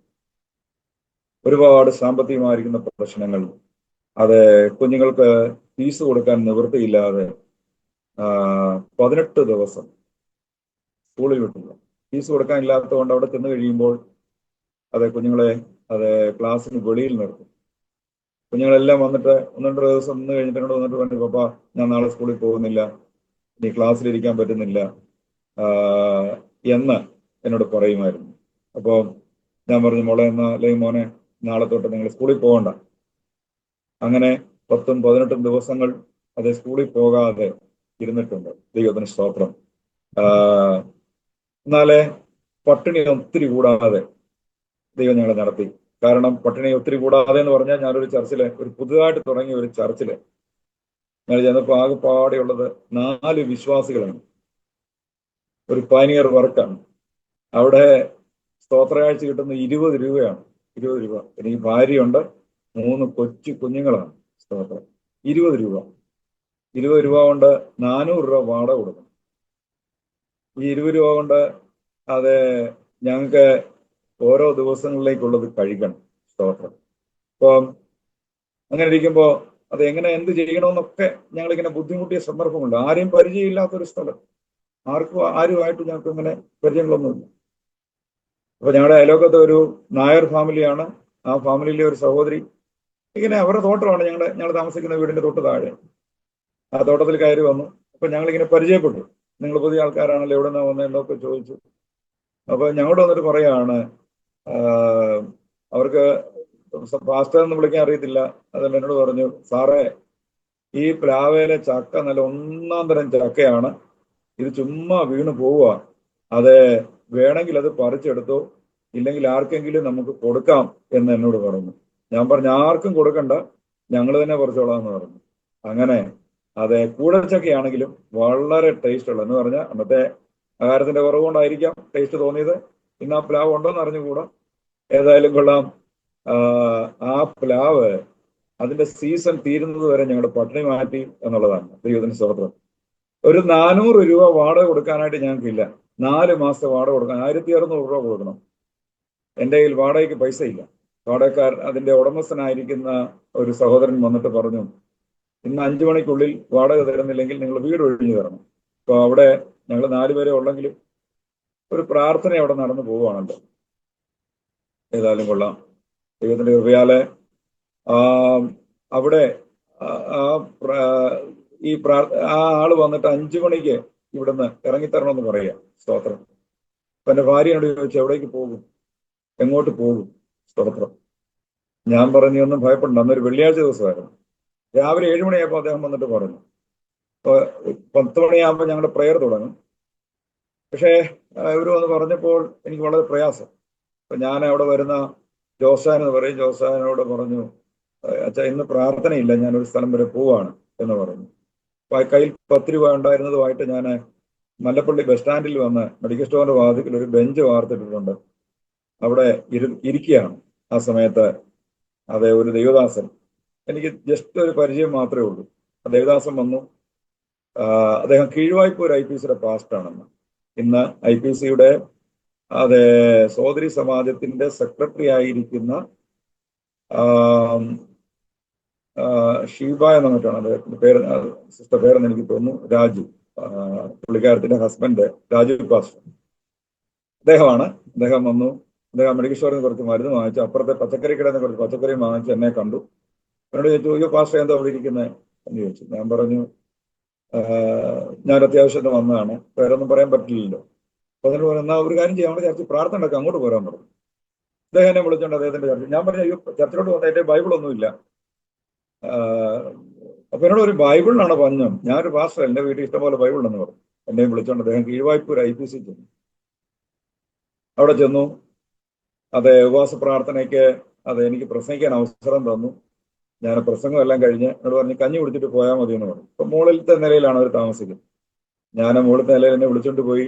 ഞങ്ങളിങ്ങനെ അത്യാവശ്യം ഭക്ഷണമൊക്കെ കഴിച്ചുകൊണ്ടിരിക്കുന്ന സമയത്ത് അമ്മച്ചി മുകളിലേക്ക് കയറി വന്നിട്ട് പാസ്റ്ററോട് പറഞ്ഞു, പാസ്റ്ററെ ഒരു കാര്യം പറയാനുണ്ട് എന്ന് പറഞ്ഞു. അപ്പൊ പാസ്റ്റർ ചോദിച്ചു, എന്താ അമ്മച്ചി പറഞ്ഞാട്ടെ എന്ന് പറഞ്ഞു. പിന്നെ അമ്മച്ചി പറഞ്ഞു, ദേവദാസനെ എന്റെ കയ്യിൽ കുറച്ച് പൈസ ഇരിപ്പുണ്ട്, അത് എന്റെ കയ്യിൽ ഇരുന്നാല് ഞാൻ എവിടെ വെച്ചെന്ന് എനിക്ക് ഓർമ്മക്കുറവുണ്ടാകും. അതുകൊണ്ട് ഇത് പാസ്റ്ററിൽ ഇരിക്കട്ടെ, ഞാൻ എന്തെങ്കിലും ആവശ്യം വരികയാണെങ്കിൽ പാസ്റ്ററെ വിളിച്ചോളാം എന്ന് പറഞ്ഞു. എന്തെങ്കിലും ആവശ്യം വരികയാണ് ഉടനെ ആ പാസ്റ്റർ പറഞ്ഞു, ഒരു കാര്യം ചെയ്യും അമ്മച്ചി, അത് ഊരിൽ ചെന്നും വെക്കണ്ട, എന്തെങ്കിലും ആവശ്യമുണ്ടെങ്കിൽ ഞാൻ സഹായിച്ചോളാം, അത് ഈ പാസ്റ്റർക്ക് കൊടുത്തേക്കാൻ പറഞ്ഞു. അമ്മച്ചി ആ പൊതി രാജു പാസ്റ്റർ കൈ കൊടുത്തു. രാജു പാസ്റ്റർ എനിക്കത് കൈമാറി. പുള്ളി അത് എത്ര രൂപ ഉണ്ടെന്ന് പോലും നോക്കിയില്ല. സ്തോത്രം. അദ്ദേഹം എനിക്ക് ആ പൈസ തന്നു. ഞാന് അത് പോക്കറ്റ് ഇട്ടു. അദ്ദേഹം തന്നെ അദ്ദേഹത്തിന്റെ ഒരു സ്കൂട്ടറിലെ, ബജാജിന്റെ ഒരു സ്കൂട്ടർ, അന്ന് പഴയ കാലമല്ലേ, അദ്ദേഹത്തിന്റെ ഒരു സ്കൂട്ടറിൽ എന്നെ കൊണ്ടുപോയി ഞാൻ താമസിക്കുന്ന വീടിന്റെ അവിടെ കൊണ്ടുവിട്ടു. ഞാൻ വീട്ടിൽ വന്ന് അത് കവർ തുറന്ന് നോക്കിയപ്പോൾ 2000 രൂപയുണ്ട്. സ്തോത്രം. 2000 രൂപ. എന്നാൽ 2000 രൂപ എന്ന് പറഞ്ഞാൽ ചെറിയ കാര്യമല്ല. സ്തോത്രം. എനിക്ക് 1600 രൂപ വാടക കൊടുത്താണ്. ഞാൻ ഈ വാടകയായിട്ട് ഈ പൈസയുമായിട്ട് നിറയുന്ന കണ്ണുകളോടെ അവരുടെ വീട്ടിൽ ചെന്നു, ഉടമസ്ഥരുടെ വീട്ടിൽ ചെന്നു. ആ വീട്ടിൽ ചെന്നു ഞാനവരോട് പറഞ്ഞു, ഇന്ന് നിങ്ങൾ 5 മണിക്ക് മുമ്പ് ഇറങ്ങണം എന്നല്ലേ പറഞ്ഞു, നിങ്ങളുടെ പൈസ ഉണ്ട്. 1600 രൂപ അവർക്ക് കൊടുത്തപ്പോൾ അവരെന്റെ കണ്ണിലൊന്ന് നോക്കിയിട്ട് എന്നോട് പറഞ്ഞു, 200 രൂപ എനിക്ക് തന്നിട്ട് പറഞ്ഞു, ഇത് ഞങ്ങളുടെ ഒരു സ്തോത്രകാഴ്ചയായിട്ടിരുന്നോട്ടെ എന്ന് പറഞ്ഞ് 1400 രൂപ അവർ വാങ്ങിച്ചുള്ളൂ. ഞാൻ 600 രൂപയും കൊണ്ട് വീട്ടിലേക്ക് തിരികെ പോന്നു.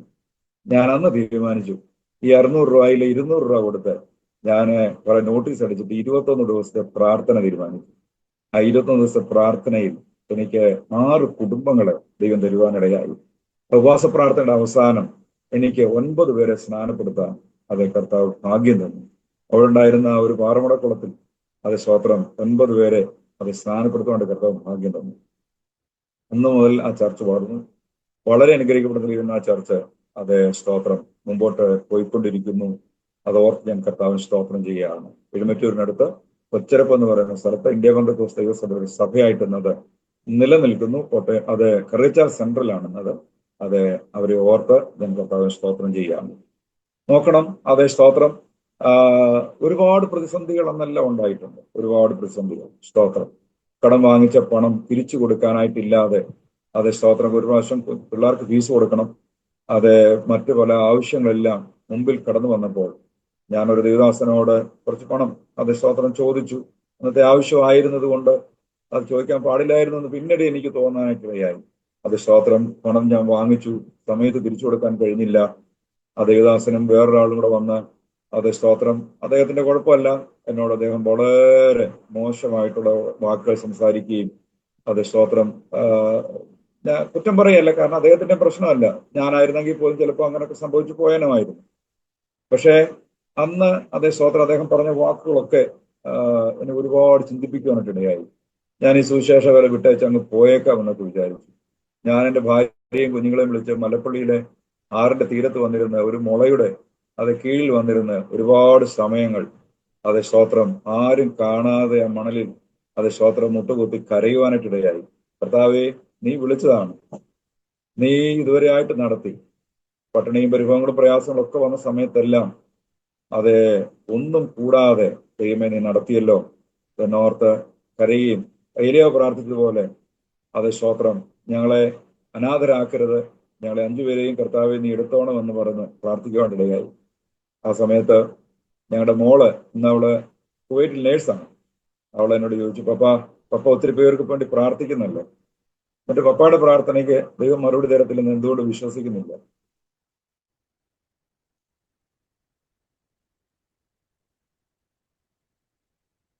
ആ ചോദ്യം ഇന്നും ഹൃദയത്തിൽ മുഴങ്ങാറുണ്ട്. പലപ്പോഴും പ്രയാസങ്ങളൊക്കെ വരുമ്പോൾ ഞാൻ ഓർക്കും, കർത്താവ് എത്രത്തോളം നടത്തിയല്ലോ.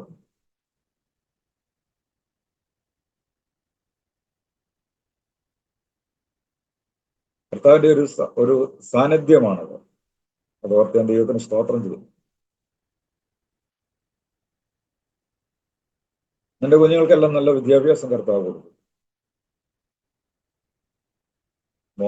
മൂത്തവന് എപ്പോഴും പരാതി പറയും, കർത്താവെ ഒത്തിരി സ്കൂളുകളിൽ അവൻ പഠിച്ചു, ഒരുപാട് സ്കൂളുകൾ എന്ന് പറഞ്ഞാൽ 3 കുഞ്ഞുങ്ങളായപ്പോൾ മൂത്ത മോനെ ഞങ്ങള് എൻ്റെ പിതാവിനോടൊപ്പം എൻ്റെ മാതാവിനോടൊപ്പം അവരെ താമസിക്കാൻ വേണ്ടി ആരംഭിച്ചു. അവന് താല്പര്യമില്ലായിരുന്നെങ്കിലും അത് സാഹചര്യം അങ്ങനെ ആയിരുന്നതുകൊണ്ട് എനിക്ക് തോന്നുന്നു അവന് പഠിച്ച സ്കൂളുകളുടെ എണ്ണം തന്നെ 10ാം ക്ലാസ് വരെ പഠിച്ചത് അല്ലെങ്കിൽ +2 വരെ പഠിച്ചത് 7-8 സ്കൂളുകളിലായിട്ടാണ്. ഏത് സ്ഥലത്തൂടെ പോയാലും പപ്പ ഞാൻ പഠിച്ച സ്കൂളാണെന്ന് പറയും. മല്ലപ്പള്ളി CMS, അതുപോലെ തന്നെ കീഴ്വായ്പൂരുള്ള മുഹമ്മദൻ LP സ്കൂള്, ഏലപ്പാറയുള്ള സ്കൂള്, തോട്ടക്കാട് തന്നെ 3 സ്കൂളുകൾ, അങ്ങനെയൊക്കെ അവന് പഠിക്കേണ്ടതായിട്ട് വന്നു. പുതുപ്പള്ളി ഏച്ചാടിയിൽ അവന് +2 സയൻസ് പാസ്സായി. അത് കഴിഞ്ഞിട്ട് അവന് ബീഹാറിലേക്ക് വരികയായിരുന്നു. ബീഹാറിൽ വന്നു BCA പഠിച്ചു, BA പഠിച്ചു, അങ്ങനെ കുറെ കാര്യങ്ങളൊക്കെ പഠിക്കുവാണ്ട് കർത്താവ് അവനെ സഹായിച്ചു. എല്ലാ തരത്തിലും സ്തോത്രം, കുഞ്ഞുങ്ങളെ ദൈവം സഹായിച്ചു. പിന്നീട് അവന് കുവൈറ്റിൽ പോകാനായിട്ട് കർത്താവ് ഇടയാക്കി. ഇപ്പോൾ സ്വന്തമായിട്ട് അവനൊരു ചെറിയ ബിസിനസ് കോഴിക്കോട് ആരംഭിച്ചിട്ടുണ്ട്.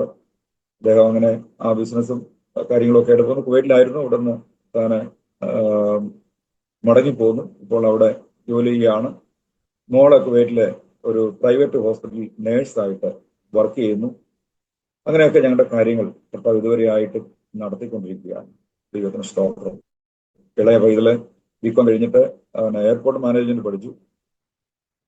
BA ഇപ്പോൾ മാസ് കമ്മ്യൂണിക്കേഷൻ കോട്ടയത്ത് KE കോളേജ് മാന്നാനം, കോട്ടയത്തിന്റെ നമ്മുടെ മെഡിക്കൽ കോളേജിനടുത്തുള്ള മാന്നാനം KE കോളേജിൽ പഠിച്ചുകൊണ്ടിരിക്കുന്നു. വൈഫുണ്ട്. സ്തോത്രം. ഞങ്ങൾ കോട്ടയത്തിനടുത്ത് പുതുപ്പള്ളിക്കടുത്ത് മീനടം എന്ന് പറയുന്ന സ്ഥലത്താണ് ഇപ്പോൾ താമസിക്കുന്നത്. തോട്ടക്കാട് സ്വദേശിയാണെങ്കിൽ തോട്ടക്കാടും മീനടം തമ്മിൽ വലിയ വ്യത്യാസമില്ല. ഞങ്ങളുടെ വീട് വാടകയ്ക്കടുത്താണ് താമസിക്കുന്നത്. സ്വന്തമായിട്ട് ഇന്ന് വരെ ഒരു വീട് ഉണ്ടാക്കാനായിട്ട് എനിക്ക് സാധിച്ചില്ലെന്ന് പറഞ്ഞാൽ അതിനുള്ള സാമ്പത്തികം ഇതുവരെയായിട്ട് നമ്മുടെ കയ്യിൽ വന്നില്ല. നല്ലൊരു വീടിന് വേണ്ടി ഞങ്ങൾ ആത്മാർത്ഥമായിട്ട് പ്രാർത്ഥിക്കുകയാണ്. പലപ്പോഴും സ്തോത്രം, എന്നൊരു വീടുണ്ടാകുമെന്ന് എന്നോട് എൻ്റെ കുടുംബാംഗങ്ങൾ ചോദിക്കാറുണ്ട്. കുഞ്ഞുങ്ങളൊക്കെ ചോദിക്കുന്നൊരു ചോദ്യമുണ്ട്, പപ്പ ഒരു വീട് നമുക്കില്ല, ഇത്ര നാളായിട്ട് നമുക്കൊരു വീട് ഉണ്ടാക്കാൻ സാധിച്ചില്ലല്ലോ. ഞാൻ പറഞ്ഞു, കർത്താവ് നമുക്ക് വീട് തരും. ഞാൻ ആ വിശ്വാസത്തോടെയാണ് ജീവിക്കുന്നത്. പലരും പരാതികളായിട്ട് പറയാറുണ്ട്. കഴിഞ്ഞ ഒരു ദിവസം തന്നെ ഒരാൾ വിദേശത്ത് നിന്ന് വിളിച്ചിട്ട് എന്നോട് ചോദിച്ചു, വീട് എവിടെയാടാ പണിതേന്ന് ചോദിച്ചു. ഞാൻ പറഞ്ഞു, പണിതില്ല. ഇനി നീ എന്നെ വിളിക്കുന്നെങ്കിൽ വീട് പണിതിട്ട് വിളിച്ചാൽ മതി എന്ന് പറഞ്ഞു. സ്തോത്രം. കാരണം അവരൊക്കെ പ്രതീക്ഷിക്കുന്നത് ഒരുപാട് വേറെ തലങ്ങളിലാണ്. പക്ഷേ കർത്താവ് അതെല്ലാം തരും എന്ന് ഞാൻ വിശ്വസിക്കുകയാണ്. മുമ്പേ അവന്റെ രാജ്യവും നീതി അന്വേഷിപ്പിക്കും, അതോടുകൂടെ ഇതൊക്കെയും നിങ്ങൾക്ക് ലഭിക്കും. പക്ഷേ seek the kingdom of God, everything shall be good. Hallelujah.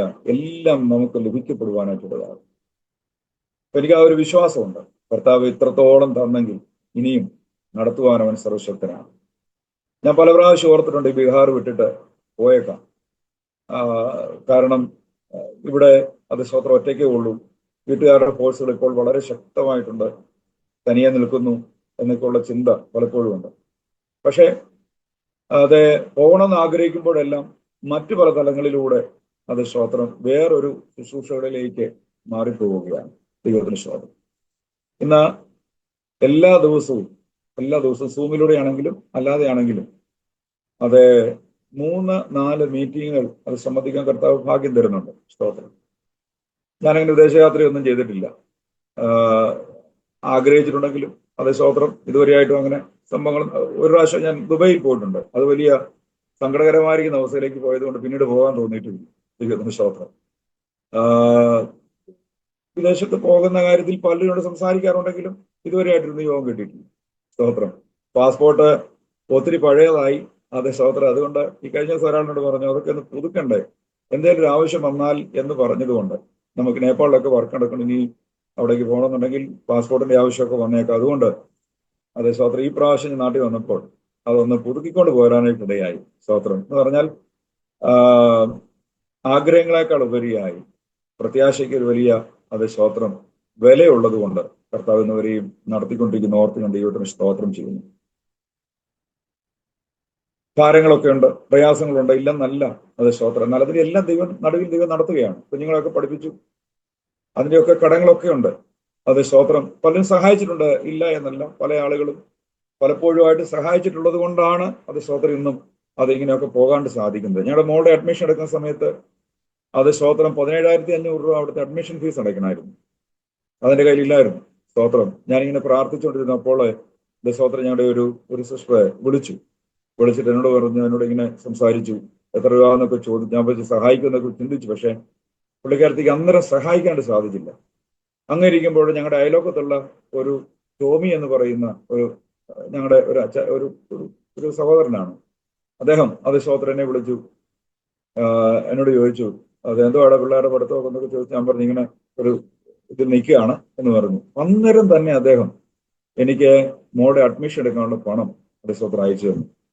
പിന്നീട് 90,000 രൂപ കൂടെ വേണം. സ്തോത്രം. ഞാൻ ആദ്യം പറഞ്ഞ സഹോദരി എനിക്ക് പിന്നീട് 20,000 രൂപ അയച്ചു തന്നു. വേറൊരാൾ എനിക്ക് 20,000 രൂപ സ്തോത്രം അയച്ചു തന്നു. അപ്പൊ 40,000 കയ്യിലുണ്ട്. 1,30,000 രൂപ വീണ്ടും അടയ്ക്കണം. സ്തോത്രം. 40,000 രൂപ എന്റെ കയ്യിലുണ്ട്. 90,000 രൂപ കൂടെ വേണം. സ്തോത്രം. ഞാനിങ്ങനെ വിഷമിച്ച് നിൽക്കുമ്പോൾ ഇമ്മാനുവേൽ എബ്രഹാം സാറിന്റെ ആന്റി, ഞാനത് അങ്ങനെ പറയുന്നതിനകത്ത് എനിക്ക് യാതൊരു സങ്കടവും ഇല്ല. ഞാൻ അവരുടെ കൂടെ അല്ലെങ്കിലും അവരെയൊക്കെ ഓർക്കാതിരിക്കാൻ സാധ്യതയില്ല.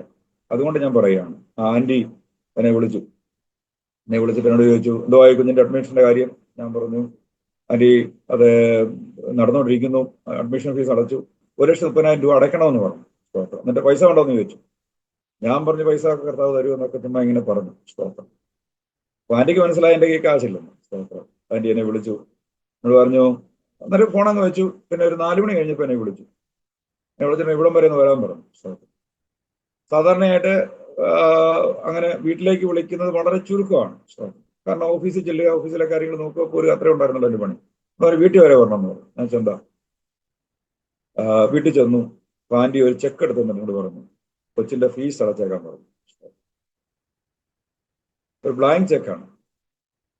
എന്നോട് പറഞ്ഞ ICICI ബാങ്കിൽ കൊണ്ട് കൊടുത്താൽ മതി, പൈസ കിട്ടും, അതെടുത്തിട്ട് കൊണ്ട് സ്തോത്രത്തില്. പക്ഷേ സാറിനോട് പറയരുതെന്ന് പറഞ്ഞു. സാറ് ഇത് കേൾക്കുകയാണെങ്കിൽ അദ്ദേഹത്തിന് ഇന്ന് മനസ്സിലാകും അത് 2018 കാര്യമാണ്. ദൈവത്തിന് സ്തോത്രം. സാറ് പോലും അറിയാതെ സ്തോത്രം വളരെ രഹസ്യമായിട്ട് സ്തോത്രം ആന്റി എനിക്ക് ആ ചെക്ക് തന്നു. ഞാൻ കൊണ്ട് ICICI ബാങ്കിൽ കൊടുത്തു. ആ പൈസ വാങ്ങിച്ച് ഞാൻ സന്തോഷത്തോടെ കൊണ്ടുപോയി എൻ്റെ കയ്യിലിരുന്നതും കൂട്ടി 90,000 രൂപ ഞാൻ എടുത്തോളൂ. സ്തോത്രം. അത് ആന്റിക്ക് ഞാൻ ഗഡുക്കളായിട്ട് പിന്നീട് തിരിച്ചു കൊടുക്കുകയായിരുന്നു. ദൈവത്തിന് സ്തോത്രം. 7 ലക്ഷം രൂപയോളം ചെലവായി.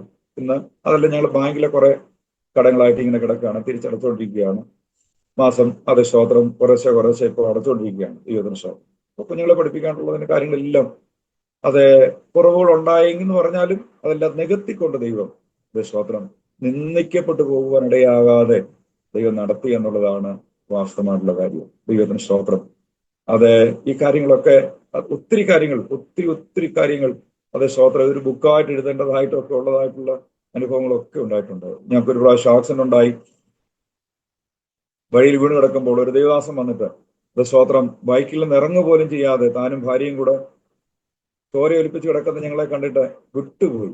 സ്തോത്രം അവരൊന്നും ചെയ്തില്ല. സ്തോത്രം. എന്നാൽ നോക്കണം, ആ കീഴ്വായ്പൂർ ഉണ്ടായിരുന്ന മുസ്ലിം സഹോദരങ്ങൾ, മുസ്ലിങ്ങളായിട്ടുള്ള സഹോദരന്മാര് അവിടെ ടാറ്റ സുമോയിൽ കയറ്റി എന്നെ മാത്തനാശുപത്രി കൊണ്ടുപോയി. ഞങ്ങളെ രണ്ടുപേരെയും സ്തോത്രം വേണ്ടുന്ന എല്ലാ ചികിത്സയും സ്തോത്രം ചെയ്ത് ഞങ്ങളെ പാഴ്സനേജിൽ കൊണ്ടുവന്ന് വിട്ട് സ്തോത്രം എന്തെങ്കിലും ആവശ്യമുണ്ടെങ്കിൽ വിളിക്കണം എന്ന് പറഞ്ഞിട്ട് കുറച്ച് പൈസയും കൂടെ എൻ്റെ കയ്യിൽ തന്നിട്ടാണ് അവർ പോകുവാനായിട്ടിടയാകുന്നത്. ദൈവത്തിന് സ്തോത്രം. ഞാൻ പറഞ്ഞതിന്റെ താല്പര്യം നമുക്ക് എന്ത് പ്രശ്നം ഉണ്ടായാലും സഹായിക്കാൻ കർത്താവ് ആരെയെങ്കിലും നിയോഗിക്കുമെന്നുള്ളത് സത്യമായിട്ടുള്ള കാര്യമാണ്. പരമ ടിവിയുടെ പ്രേക്ഷകരോട് എനിക്ക് പറയാനായിട്ടുള്ളത്, കൈവിടാത്തൊരു കർത്താവ് കൂടെയുള്ളിടത്തോളം കാലം ലജ്ജിച്ചു പോകാൻ ദൈവം അനുവദിക്കത്തില്ല.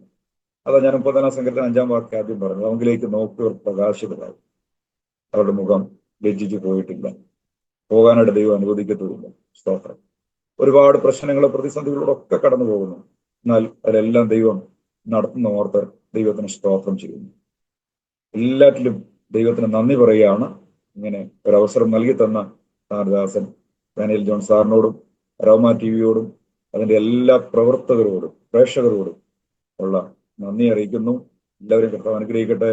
God bless you all. ഓർക്കുമ്പോൾ അരോമ മിനിസ്ട്രിയെയും എന്നെയും എൻ്റെ കുടുംബത്തെയും ശുശ്രൂഷകളെയും ഓർത്ത് പ്രാർത്ഥിക്കണമേ. പറ്റ്നയിൽ അല്ലെങ്കിൽ ബീഹാറിൽ ആരെങ്കിലും എത്തുന്നുണ്ടെങ്കിൽ എയർപോർട്ടിനടുത്താണ്, 1 കിലോമീറ്റർ ദൂരമേ ഉള്ളൂ. റെയിൽവേ സ്റ്റേഷൻ 5 കിലോമീറ്റർ ദൂരമേ ഉള്ളൂ. അത് സ്തോത്രം. തീർച്ചയായിട്ടും ഞങ്ങളുടെ ചർച്ചിൽ വരികയും അത് ഞങ്ങളെ കാണുകയും അത് ഒക്കെ ചെയ്യുന്ന ഞങ്ങൾക്ക് സന്തോഷമാണ്. Most welcome. God bless you all. Thank you. കർത്താവിൻ്റെ ദാസൻ പാസ്റ്റർ ജേക്കബ് പാലക്കൽ ജോൺ. വളരെ അനുഗ്രഹിക്കപ്പെട്ട നിലയിൽ ദൈവം നടത്തിയ അത്ഭുതകരമായ വഴികളെക്കുറിച്ച് ദൈവനാമ മഹത്വത്തിന് വേണ്ടി അരോമ TV-യുടെ ശ്രോതാക്കളൊപ്പം പങ്കുവയ്ക്കുവാൻ കർത്താവ് കൃപ ചെയ്തത് ഓർത്ത് ഞാൻ ദൈവത്തിന് സ്തോത്രം ചെയ്യുന്നു. ഒരു പെന്തക്കോസ്ത കുടുംബത്തിൽ ജനിച്ച് വളർത്തപ്പെടുവാൻ ദൈവം കൃപ ചെയ്തു. അതുതന്നെ വലിയൊരു ഭാഗ്യകരമായ ഒരു അനുഭവമാണ്. എന്നാൽ ചെറുപ്പത്തിലെ പല സാഹചര്യങ്ങൾ പലപ്പോഴും അതിൽ വേണ്ടതുപോലെ മുന്നോട്ട് പോകാൻ കഴിയാതെ വന്നപ്പോൾ അവിടെയും ഏലിയാവിനെ ദൈവം ഓർപ്പിച്ചുണർത്തിയതുപോലെ തട്ടി ഉണർത്തി വഴിതിരിച്ചു വിട്ട് ദൈവസന്നിധിയിൽ നിലനിർത്തിയത് ഓർത്ത് ഞാൻ ദൈവത്തിന് സ്തോത്രം ചെയ്യുന്നു. ഒരു പക്ഷെങ്കിൽ ആ നിലയിൽ ദൈവത്തിൻ്റെ പരിശുദ്ധാത്മാവ് ഇടപെട്ടില്ലായിരുന്നു എങ്കിൽ പിശാച് ഏതെങ്കിലും പാപത്തിൻ്റെ വഴിയിലേക്ക്, ലോകത്തിൻ്റെ നാശത്തിലേക്ക് വലിച്ചഴിക്കപ്പെടാവുന്ന ചില അനുഭവങ്ങൾ ഒരുപക്ഷെ ജീവിതത്തിൽ കടന്നു വന്നേനേമായിരുന്നു. എന്നാൽ അതിനൊന്നും ദൈവം വിട്ടുകൊടുക്കാതെ ദൈവം അത്ഭുതകരമായിട്ട് അവിടെ നിന്ന് വഴിതിരിച്ചു വിട്ട് ദൈവനാമ മഹത്വത്തിന് വേണ്ടി കർത്താവ് തക്ക സമയത്ത് അനുകൂലമായ ചില ക്രമീകരണങ്ങളൊക്കെ ചെയ്ത് ആവശ്യമാർന്ന തക്ക സമയം നമ്മൾ പറയുന്നത് പോലെ വെള്ളവും വളവും പകർന്നു തന്ന് വളരുമാറാക്കി കർത്താവിന് വേണ്ടിയിട്ട് കർത്താവ് ഇന്ന് ബീഹാറിലേക്ക് പറിച്ചു നട്ടു. അവിടെ കർത്താവിന് വേണ്ടി നല്ല സാക്ഷ്യം വഹിക്കുവാൻ, നല്ല ഫലം പുറപ്പെടുവിക്കുവാൻ കർത്താവ് കൃപ ചെയ്തുകൊണ്ടിരിക്കുന്നു എന്നുള്ളതായ ഒരുപാട് അനുഭവങ്ങൾ, ഓർമ്മകൾ, ദൈവം നടത്തിയ അത്ഭുതകരമായ വഴികളെക്കുറിച്ച് പങ്കുവയ്ക്കുവാൻ തക്കവണ്ണം ഇടയായി തീർന്നു. നമ്മുടെ ഓരോരുത്തരുടെയും ജീവിതത്തിൽ മിഷണറി ദൗത്യത്തോടുള്ള ബന്ധത്തിൽ നാം കടന്നു പോകുമ്പോൾ നമുക്കുണ്ടാകുന്ന ഒരുപാട് അനുഭവങ്ങളാണ് ശരിക്കും പറഞ്ഞു കഴിഞ്ഞാൽ നമ്മുടെ മുന്നോട്ടുള്ള പ്രയാണത്തിനുള്ള ചവിട്ടുപടികളെന്ന് പറയാം.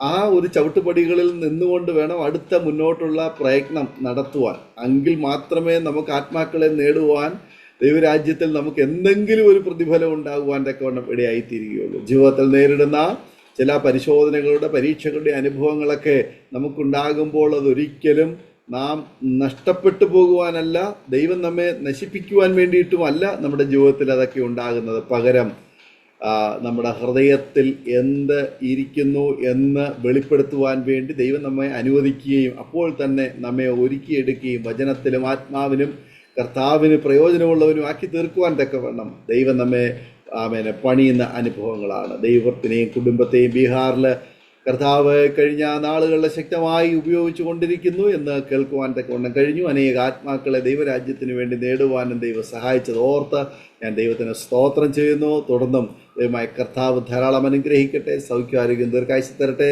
കുടുംബമായി ദൈവം മാനിച്ചാതിരിക്കട്ടെ, പ്രവർത്തനങ്ങളെ ദൈവം വിശാലതയിലേക്ക് നടത്തട്ടെ, പ്രാർത്ഥിച്ചുകൊണ്ടിരിക്കുന്ന വിഷയങ്ങൾക്കൊക്കെ ദൈവം മറുപടിയും വിടുതലും തരട്ടെ എന്ന് ഞങ്ങൾ ആഗ്രഹിക്കുന്നു, ആശംസിക്കുന്നു, പ്രാർത്ഥിക്കുന്നു. അരോമ TV-യുടെ ഓരോ പ്രേക്ഷകർക്കും ഈ ജീവിതാനുഭവം ഒരു പ്രചോദനമായി തീർന്നു എന്ന് ഞങ്ങൾ വിശ്വസിക്കുകയാണ്. തീർച്ചയായിട്ടും നിങ്ങളുടെ പ്രിയപ്പെട്ടവർക്ക്, സുഹൃത്തുക്കൾക്ക് കൂടി നിങ്ങൾ ഷെയർ ചെയ്ത് കൊടുക്കണം.